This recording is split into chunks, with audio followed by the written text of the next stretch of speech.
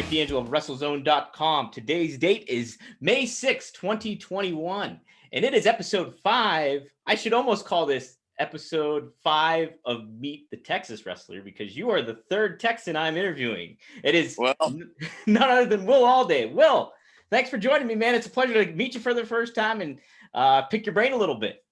Yeah, nice to meet you, Dominic. I'm glad you have me on. And, going back to that Texas thing, you're starting in the right place. You're starting at the top of people's wish list. So good for you. That's what I'm thinking too, man. Like anytime, I think it has to be like the majority of wrestlers I've interviewed overall too, in general, I think are from Texas. And it's such the history that goes with Texas wrestling, plus what it's coming to today. Like I just did a review of Mission Pro Wrestling and their event there. And there's so much stuff going on there. It's a neat atmosphere to kind of experience, not just as a viewer, but even I'm sure as a talent and a wrestler being there too. Yeah.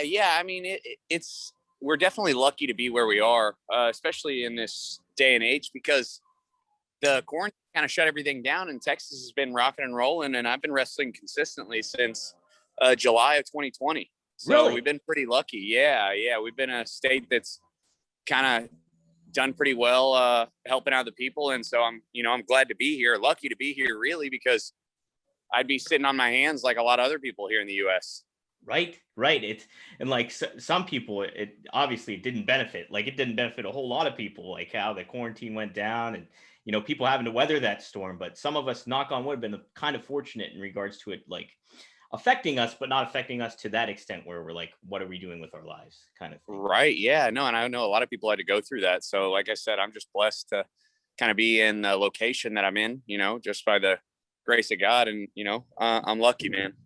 Absolutely, dude. Well, yeah. So how I start these off is I always ask the person, what is the first independent wrestling show you ever attended as a fan? Shoot. So the first independent wrestling show I ever attended, as a fan, when you were a kid or anything like that. Does it? I do that until right before I got in the business. The only thing I watched before that was WWE and maybe a little bit of TNA wrestling. But other than that, I didn't even know independent wrestling was a thing really until I went and saw Booker T's Reality of Wrestling, because it was in Houston where I was located. And I wanted to see if I could do this. So that's essentially why I went to go watch some indie wrestling. And, from there, I started training and then got into it. So he's kind of the baseline of what I had. And so once I started training and going to see all these other independent promotions, I could kind of compare to his. And it's tough to do that because he's got such a great promotion there in Houston at Row. It's top notch. It's production is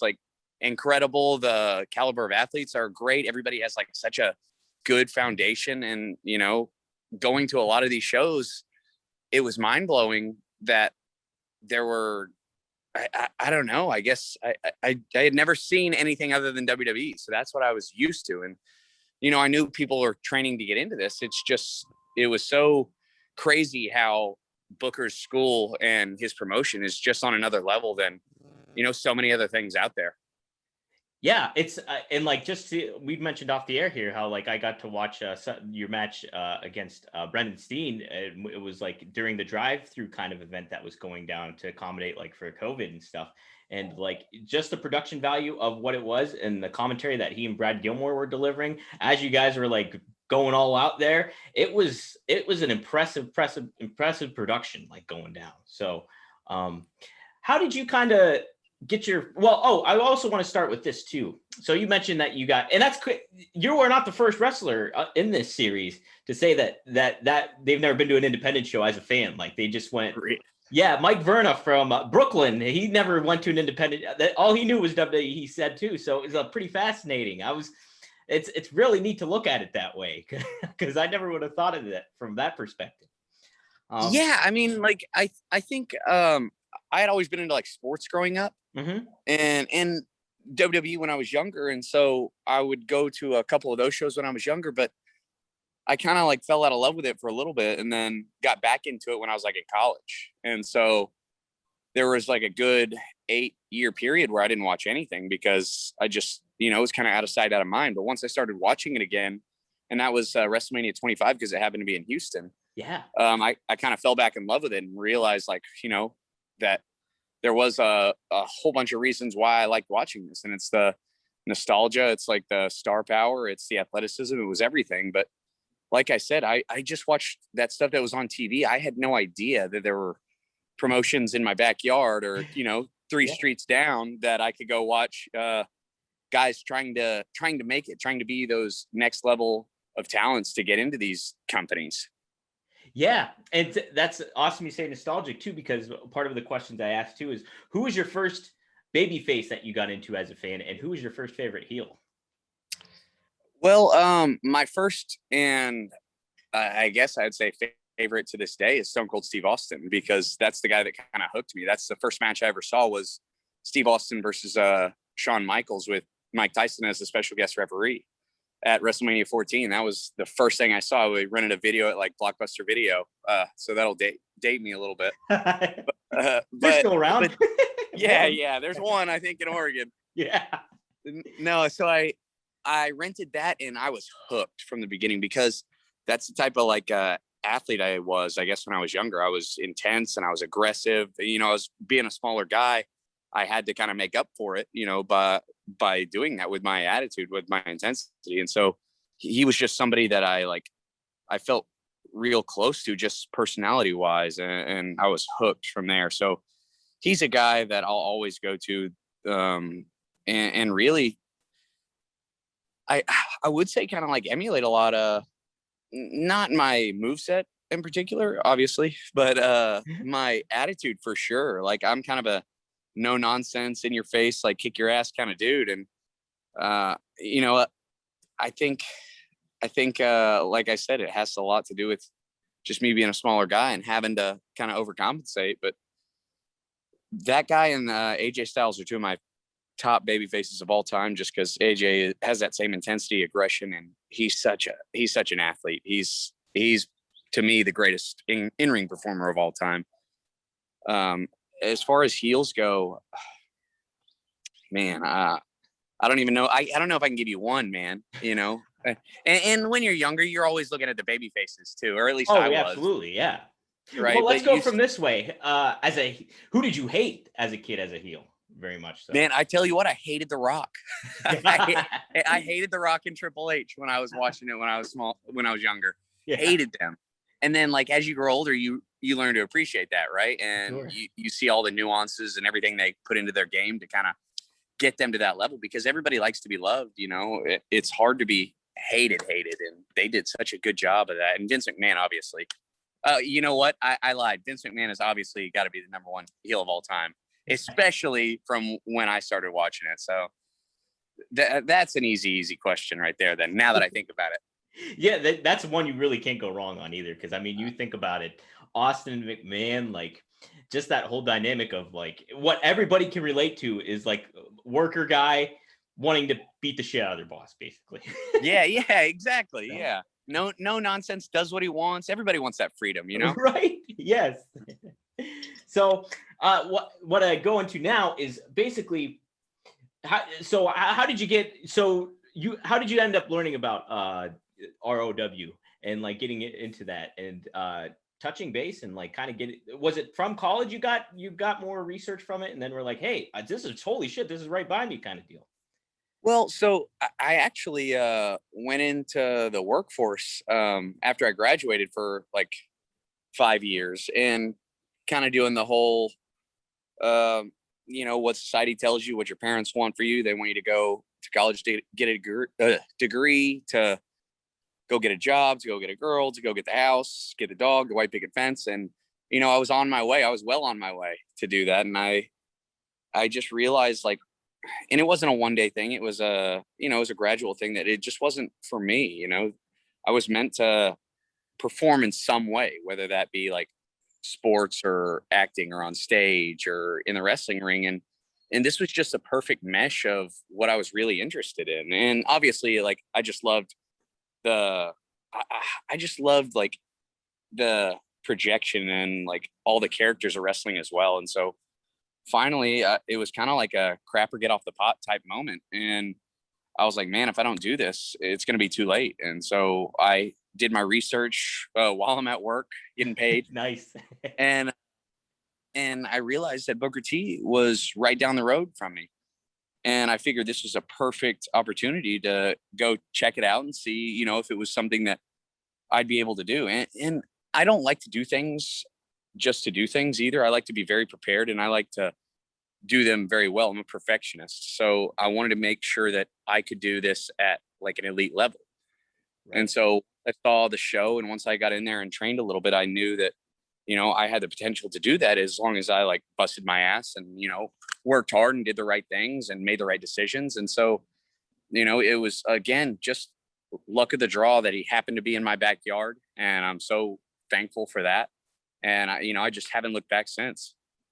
How did you, what did you really like about Booker T's coaching style and training style, whether it was him or another trainer that helped you out in a lot of ways? Is there something that really stands out to you in that regard? Yeah, man, he's not really hands-on. You got his like head trainers underneath him that are more hands-on, and that's like Ryan Davidson or Gino Medina or Blake Jones, Rex Andrews. But he is more the, like, he's meticulous with his detail. He is psychological, and that's a lot of what you get from him. You get a lot of sometimes life lessons, sometimes just business lessons. He does a lot of like mind training, and you know, he's so good at that because he's been doing it at this elite level for goodness, 20 something years now, right? Yeah. And he's still in the game. He still finds ways to make himself relevant, and that is so important in our business. And you know, that's the type of stuff you get from Booker T. And there are a lot of trainers that are fantastic and can train you like all the techniques and fundamentals and basics. But if you want to get to that top level, which is what I want to do, right, go to somebody who's been there, somebody who's done it. And that was very important to me in my decision-making process because I had done all my research. And like I said, I like to be pretty thorough with it. And so, you know, I'm very pleasantly able to say that that's what I get from Booker is ways to just handle yourself in the locker room or in front of superiors in booking meetings, and ways you like put matches together or handle losses. So, you know, there's so many different lessons he can teach you. Yeah. And you know what? You made a point too, where you said you're like kind of very matter of fact. Booker seems very much that way in regards to like, hey, you know, pretty much brass and tacks. This is what's going down, and this is how I feel about it. Is that pretty accurate for that? Yeah. Yeah, and that's kind of how I grew up. You know, I'm from the South. I'm a Texas boy, and you know, we're kind of raised old school, and so I'm used to that. You know, I can't even tell you how many times in training where, you know, people get yelled at because if you're trying to tell somebody or teach somebody to do something the right way, it's kind of annoying to teach them and see them do it the wrong way over and over. You know, you got to be teachable. And you know, I've had my ass chewed a handful of times for not doing things the right way, and people come up and they're like, "Oh my gosh, are you okay?" And I look at them like, "Yeah, I'm okay." Like, right? Like, yeah, right. This is how I was brought up, you know, by football coaches, by baseball coaches, by basketball coaches, you know, and you know, everybody has their own way of coaching, but you know, that's just kind of what I like to adhere to. That's what kind of gets through to me because, you know, that's just, you know, what I'm used to. And you know, I think there needs to be, or I don't think there needs to be, but I think, you know, it does people good to be able to learn different ways because you're going to deal with different people throughout this business and every single promotion you go to. And so, you know, he does a really, really good job preparing you for that diversity. Yeah. And like, that's something you couldn't get at any, like, obviously when you go to a wrestling school, you're going to learn how to wrestle, hopefully, you know, right. But like, you're not going to get some of that stuff that Booker T can provide or somebody to that level could provide, where it's like, this is a unique perspective. He's been there, he's experienced a lot of that stuff, and he's handled himself like to the best of his ability of like getting himself over as a top star. So yeah, it's very effective. Yeah. You mentioned being into athletics and stuff like that. And I did see on the ROW bio that you were a collegiate athlete. So what sport did you play? So I played I played football at Rice University in Houston. It's a D1 football program. I say played, use that term loosely. I was on the team.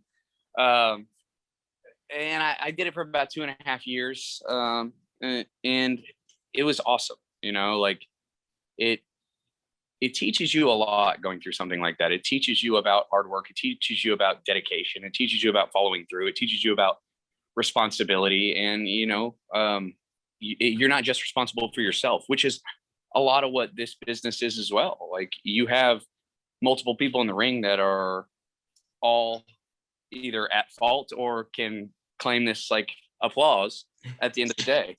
And so, you know, it teaches you to help your brother out and like bring people up with you, because there need to be at least 2 people in that match plus the referee. And so if that guy's not on your level, then the match is going to suffer. And so I think a lot of people nowadays are kind of, and not nowadays, just this is just how it is a lot of people are just worried about themselves. And I think if people were to try to help bring others around them up to their level, I think, I think viewership would be huge, right? Or at least bigger than it is. Yeah. Because it does take 2 to tango. And so that's a lot of what it taught me, is just helping your teammate. You know, you got a guy who's struggling, bring him up with you.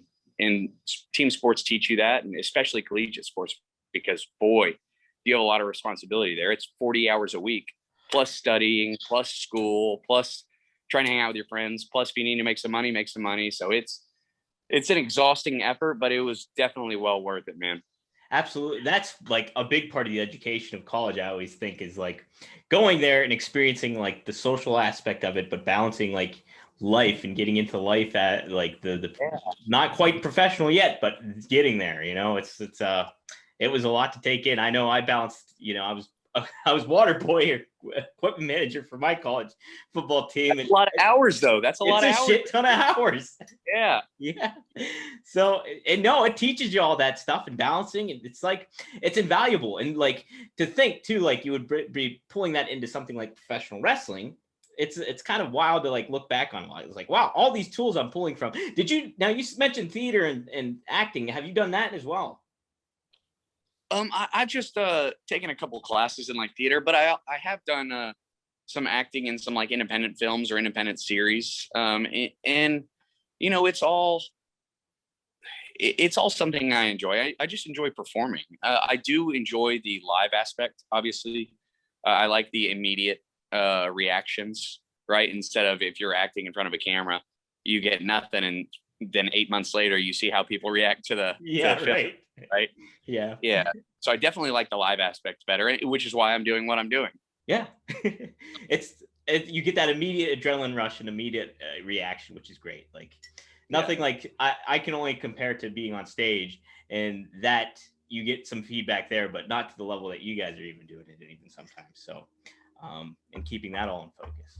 But, yeah, well, you know what? I always like compare it to being a gladiator. And gosh, here comes my nerd side out. I was always like in love with like ancient Rome and Greek history. So I was like enthralled by gladiators.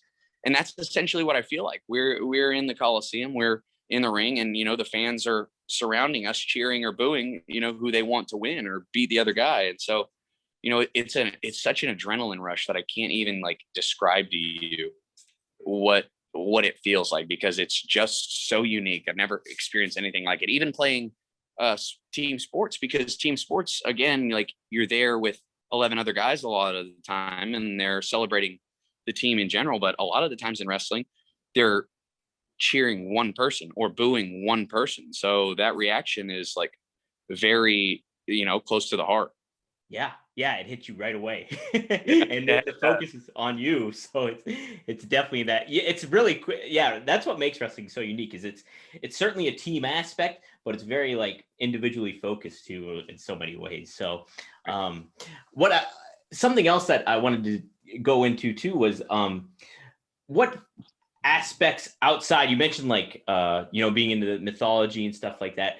I always find it super cool to figure out what a wrestler takes from outside of wrestling and implements it into their own persona, or what helps convey themselves across in the ring? Is there certain aspects of, whether it's pop culture, music, other sports, or something like that? Is there a lot of things that you've adapted into you, like persona or how you carry yourself in the ring? I tried to do a lot of that at first. Mm-hmm. And a lot of it's trial and error, man, because a lot of things you like they may not like, nobody may get it, right? Yeah. When you're trying to portray it out there. So a lot of it's trial and error. And, I like the purple. I've always been a fan of Prince, so I do a lot of the purple stuff. And, I was kind of trying to feel out, maybe this is who I should be, this type of personality. And I was like, no, that's not me, but again, it was something that I had to go through to really like get it, because I was always like kind of enthralled by that, like Johnny Depp, from like the Pirates of the Caribbean type character. I really like that personality, and personalities like that kind of like that like rock star mentality. Sure.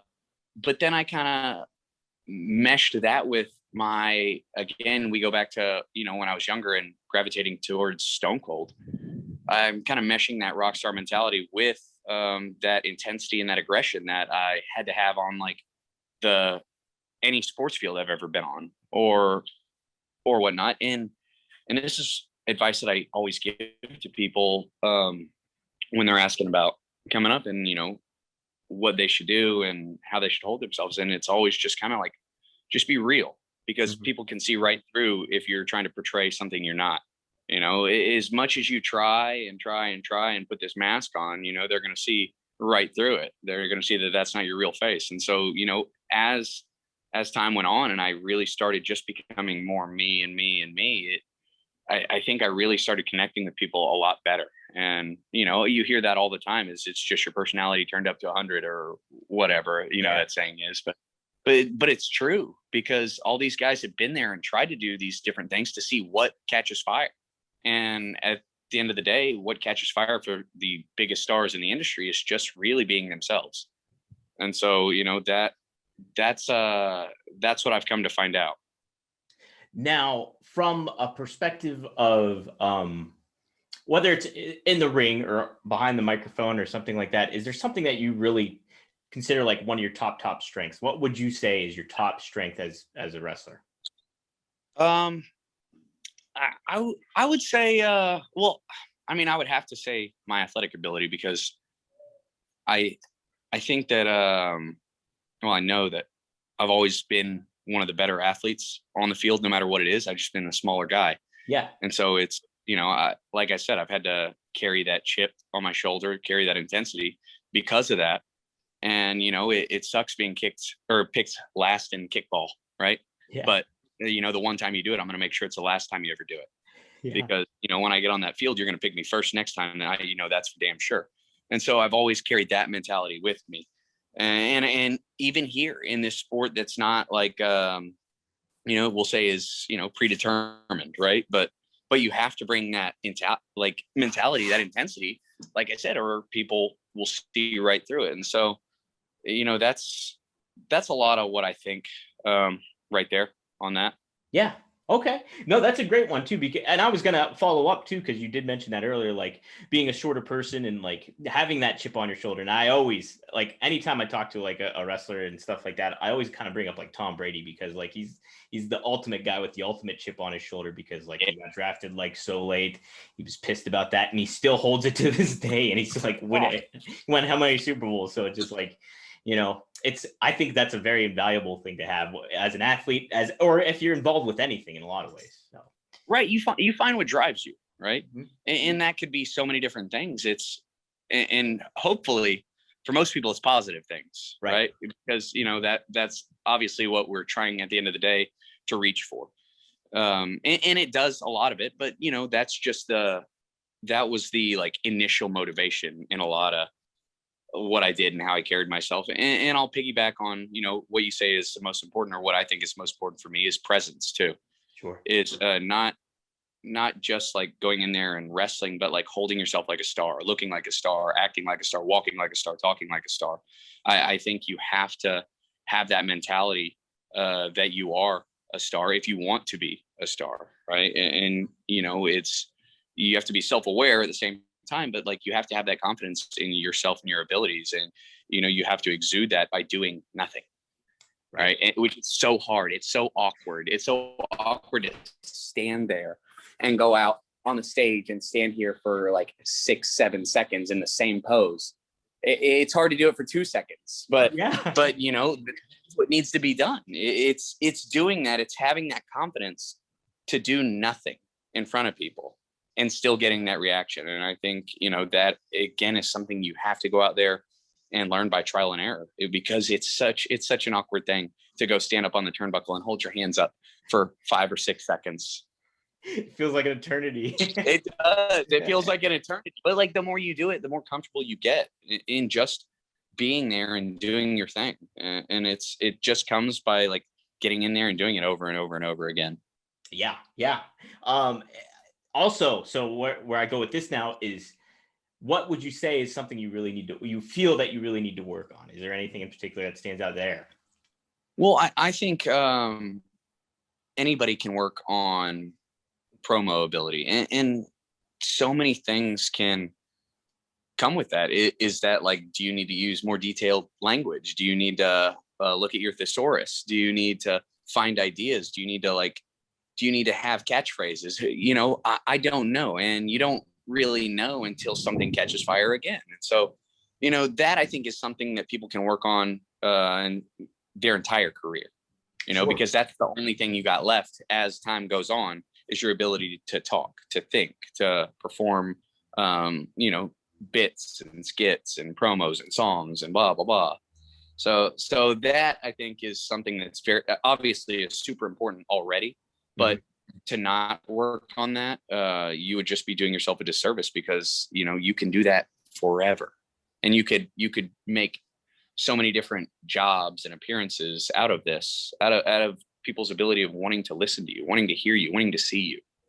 Absolutely. Like the athleticism and the visual appeal is what gets you in the door, but ultimately what keeps you around is who you are.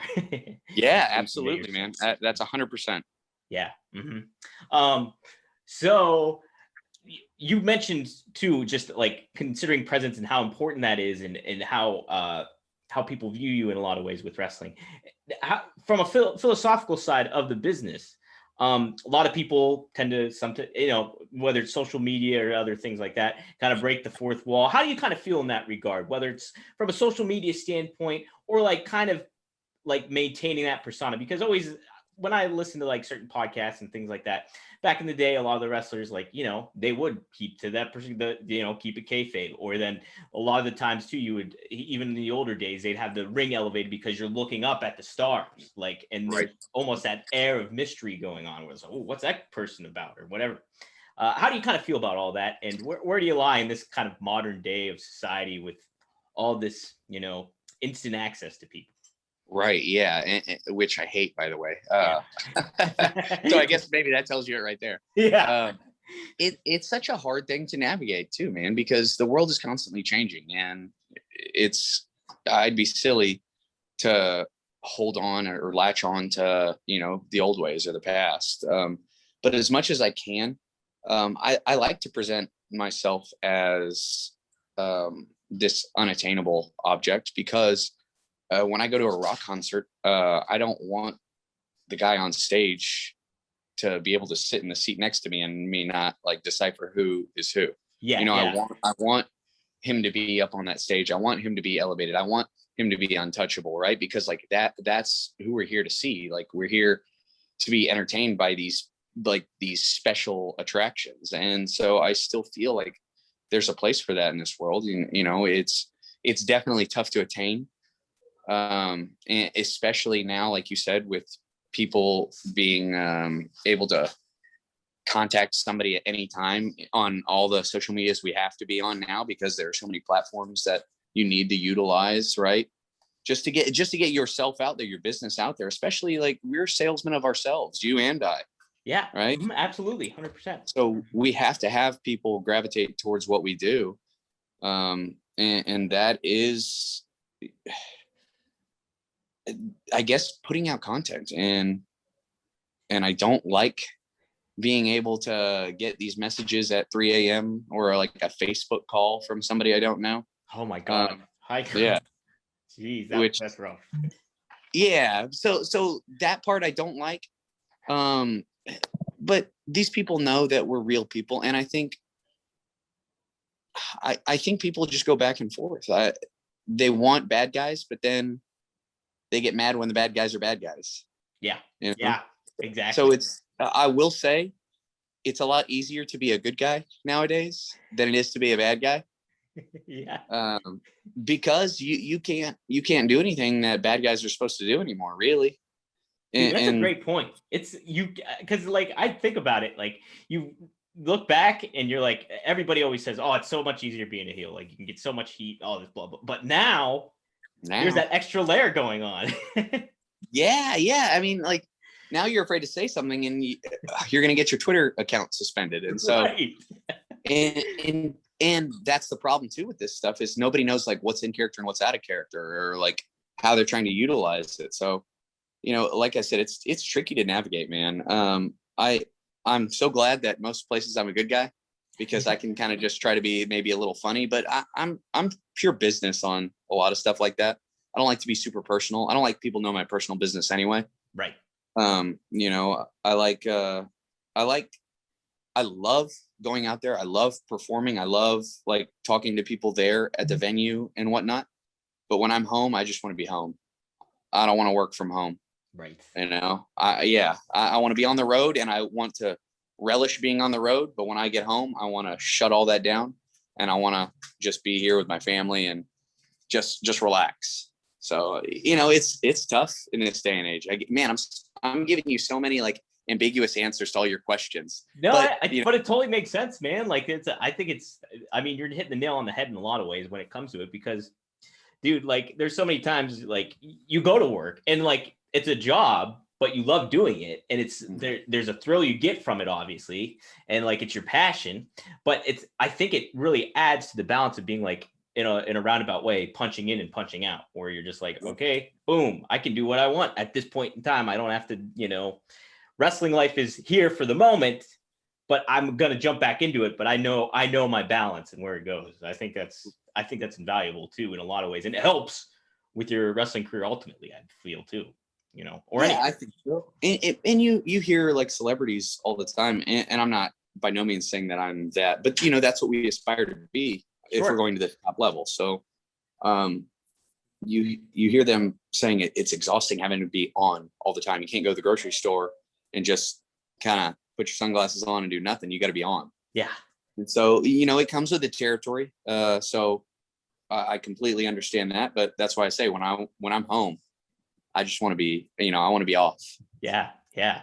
And there's nothing wrong with that. Nothing at all. Like, no. That's the thing, man. So, all right. How I close these out. But what I've been doing, and I keep saying I'm going to do it, and I haven't done it. Now it's like the workload's piling up on me. My plan originally when I started doing these, and I started doing like, and not just Meet the Wrestler either. It'd be like after an interview, I'd be like, all right, so this is it. What I'm going to have you do, and I know I'm putting you on the spot here, but you pick 3 songs. Now it can be any songs at all, like, but that you work out to, or that you would add to a playlist. What 3 songs? Now it could be all time. It could be ones you're currently listening to. So my goal was to fucking make a playlist. Pardon my French, but to make a playlist and put it on Spotify and then share it on WrestleZone. I haven't done it yet. I'm collecting all these people's songs and then I'm going to add them. That's the plan. So if you want to add, feel free to add. Okay, you got it, man. So my favorite band of all time is Fall Out Boy. Oh, nice. And that's something I could dance to, I could sit around to, I could drive to, I could do anything to, because every album they had is completely different. Every song on each album is completely different. So I think that's a lot of their appeal to me. Mm-hmm. And then their energy. I just love their energy. So I'm gonna go like just like a classic. It's Dance Dance by Fall Out Boy. Oh yeah, because that was on Madden. That's gonna get me pumped. Yeah, and that's gonna get me going from the jump. I like a lot of that type of genre too. I like that pop punk type genre. So I'll stick with that. And I'm gonna go with Panic at the Disco again, or not again, but as well, because they're pretty similar to Fall Out Boy. And I'm gonna go with oh my gosh, what is their song? What's their famous song? So they have 9 in the Afternoon, I know, is one.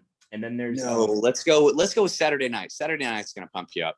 Oh, okay, that's a good one. Right? Yeah, I think I know that one. It's which album is that? Is that off the first one, or I think it's off their latest one. It's their latest one. Okay. Yeah, I think it's off their latest one. I think it's like F Yeah, it's Saturday Night or something like that. Okay. All right. I'm gonna have to listen to that one. I'll go with Paramore because I love rock chicks. I just think they're the coolest thing in the world. I think they're so awesome and I love the energy behind them, and so I love Misery Business by Paramore. Okay. That's something at any time I could rock to. Nice. Okay, so have you seen like Fall Out Boy or Panic live at all ever? Yeah. Oh yeah. Every time they come to Texas, I make sure that I snag a ticket. That's great, man. That's great. Yeah. And dude, when you go to them live, like it really elevates your fandom of them. I know too. It does. Back to inspiration. I watched Hayley Williams, who's the lead singer of Paramore. Yeah. At a few concerts, and I'm like, oh my gosh, this girl, like, she is like the best baby face I've ever seen. She's the best good guy I've ever seen. And so I tried to explain that. Like, how did she convey that across? She is just so likable. She's so bubbly. She's so energetic, and she's so real. And so you could tell in her performances while she's talking and singing that she's just so real. It's somebody that that has no facade, that's not trying to play a character. And I think that's so refreshing. Being, that loved and that enamored and that big of a star and just being yourself. And I think there's something to that. Like I said before, people can see through the facade. Being real is really what helps me gravitate towards her. And so, she did that there, just watching her sing at a concert. Yeah. And if a star can do that, damn, you made it. Like, that's it.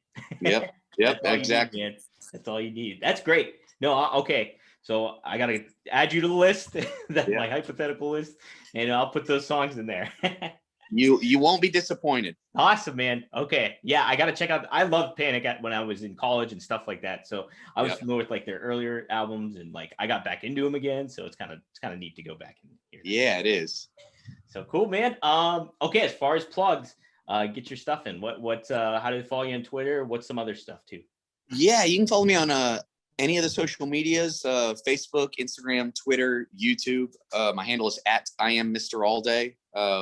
You can just type in Will Allday. It'll show up as well. And that's about it, man. It's easy to remember. It's the same on all the platforms. So go ahead and click the follow. Shoot a comment to me, and I'll respond to comments. I don't respond to messages, like I said. Yeah. But comments that are there all day. I'll get you on the comments. No pun intended. Dude, that's a good rule of thumb though. It's like, okay, if you're gonna but send me a comment, that'll work. That works. That works. Cool, brother. Okay, so this is Dominic DeAngelo. You can follow me on Twitter @Dominic DeAngelo. You can follow WrestleZone on Twitter @WrestleZone.com, and you can go to WrestleZone.com for all your wrestling news needs. This was episode 5 of Meet the Wrestler, and thank you again, Will Allday.